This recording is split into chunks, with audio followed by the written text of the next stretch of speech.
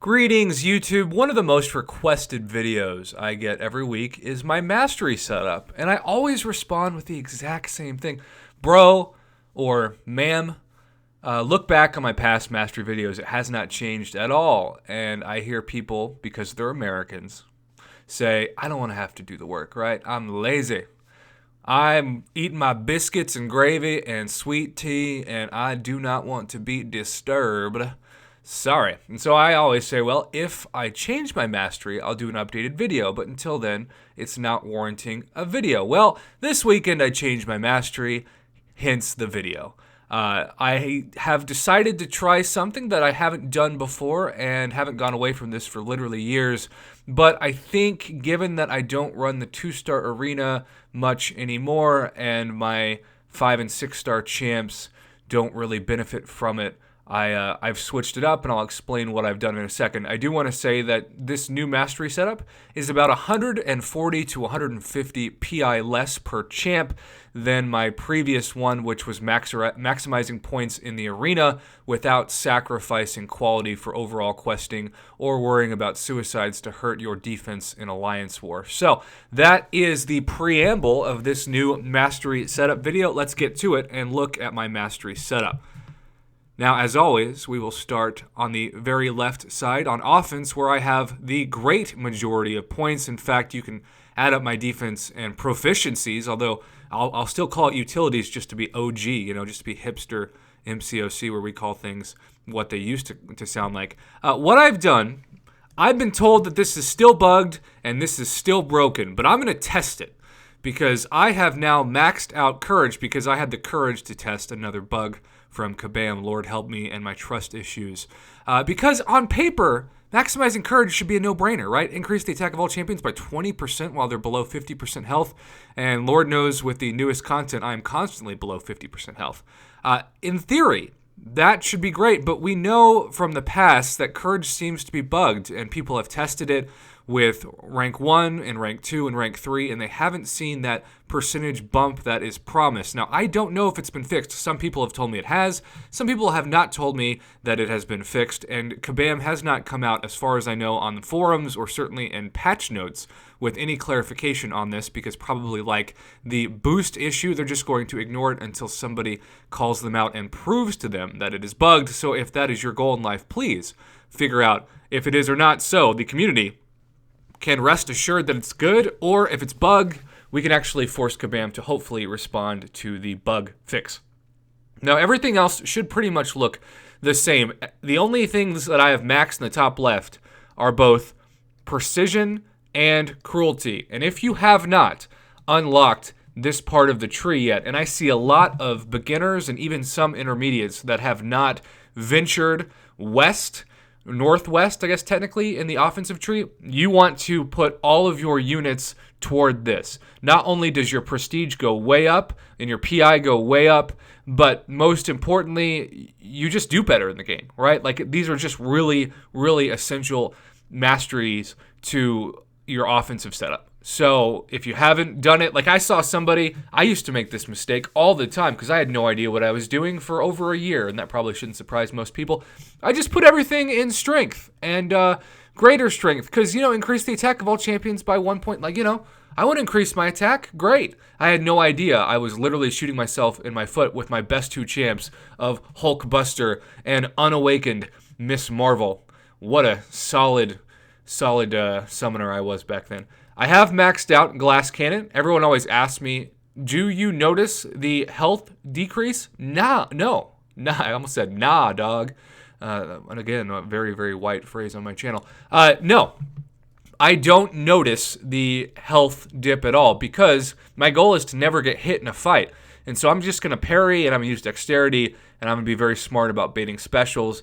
And if I do my job, health isn't going to matter because I'm not going to be hit. And if I get hit, especially in Alliance War or, say, uncollected mode, I just expect to be knocked out anyway. So that's not going to matter to me. So I have still maxed out Despair, mostly for my 565 Void. Deep Wounds, my favorite mastery in the game overall. I saw such a tremendous difference in my 565 Blade when I maxed out Deep Wounds for the first time on his Special 2.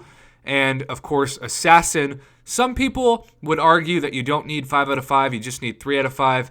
But personally, especially because I'm constantly the backup against mini bosses and final bosses of both Alliance War, and then I also like to take the Kingpin boss in Map 5 of Alliance Quest, I prefer to have Assassin maxed just so when he gets below 18% health, I can rest assured knowing that I'm doing all I can to take him down as quickly as possible. Now, the defensive tree is very light. In fact, people ask me all the time, Prof, should I awaken and use willpower, which I used to love. Now, they did nerf willpower a while back, but most importantly, you need 15 points in defense as a requirement to have willpower, and I simply think that is too much to ask for to put that many points in your defensive tree. I just think when you are good enough in the game to basically warrant yourself enough skill to not worry about getting hit constantly, you're going to want to put utility or proficiencies and offense more than defense. Now, there is some controversy in my tree setup because, like I said, I've taken away 2 points in salve. It's now down to 1. Still left recovery maxed. I would always recommend that you max recovery as quickly as possible. One of the most important mastery setups in any tree. But a lot of people have 4 out of 4 on block proficiency and call it a day. I like to have 1 in perfect block and 2 in stand your ground. That gives you a huge PI boost to all of your champs.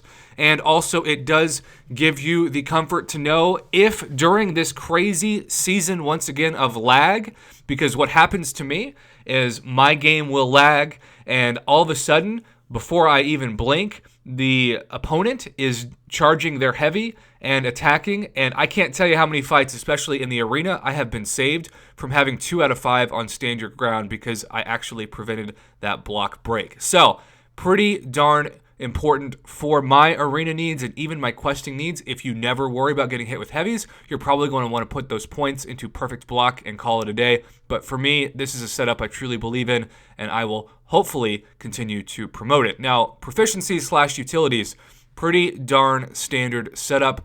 You've got 3 out of 3 in parry, which since I did a mastery setup video is now the first part of the tree. I do think that is fantastic for newer players, and kudos to Kabam for doing something that was strictly pro player in that regard. And then we have maxed out Pacify, Petrify, and Stupefy. Are they worth the mastery cores? Abso-frickin-lutely. I am such a believer in all 3 of those. I also haven't noticed a huge issue by just leaving 1 out of 3 points in dexterity. I still find, as long as I time things correctly, that I can dodge projectiles with dexterity with just 1 out of 3. And I think that was the fear initially when they were going to work on parry and dexterity, that it wouldn't be as easy to dodge projectiles with just 1 out of 3. But thankfully, Kabam did not tweak that a huge amount. And we can basically rest assured knowing that as long as you time things correctly, whether that be Iron Man's beam or Iron Patriot's beam or Iceman's special one, you're going to be able to dodge them without sacrificing more mastery points in that part of the tree. So again, utilities / proficiencies, extremely important. I also want to point out, even though I have heavily relied on my rank 4 5-star Awakened Magic in Map 5 of Alliance Quest, and even my rank 4 Unawakened Ghost Rider and questing, I still really haven't missed too much Mystic Dispersion, and so I've remained that at 0. I've seen a lot of setups that are very solid that kind of do a middle ground of Mystic Dispersion and think that it should be about 2 or 3 out of 5 because it still is an incredible mastery, especially for attack. I would say this, if your best champion in your roster is a Mystic champ like a Ghost Rider or a Magic or a Dr. Voodoo, you are still going to want to put points into Mystic Dispersion. Personally, I find that I don't use Mystic champs that much, and if I'm mainly doing Alliance Quest for Magic, I will survive having to kind of bait or stall against a champion like Juggernaut or Unstoppable Colossus on my path in order to put more points into Assassin, for example. That sacrifice is worth it to me, but it may not be worth it to you. And if you love fighting with Mystic champs and you really want to get that added power boost when debuffs expire, you want to seriously consider putting so much of your loyalty into this mastery. So There you have it, YouTube. I hope that this is a video I can just start sending out in mass whenever I get hit up on the Line app to ask for my mastery setup, because it's not, 2 or 3 months old. But I don't want to do mastery setups, but a couple times a year. I think it's not justified to waste the community's time unless you tweak it, and therefore your mastery setup has changed and evolved. I will see if I like the difference in both salve and courage. Please let me know in the comments below if you think that courage has been fixed, or if I'm being, simply put, an idiot for once again maximizing courage, and that those points should go somewhere else, because let's face it, you might not have the courage to tell Kabam, but hopefully someone will, because this thing needs to be fixed pronto. Thanks for watching, YouTube.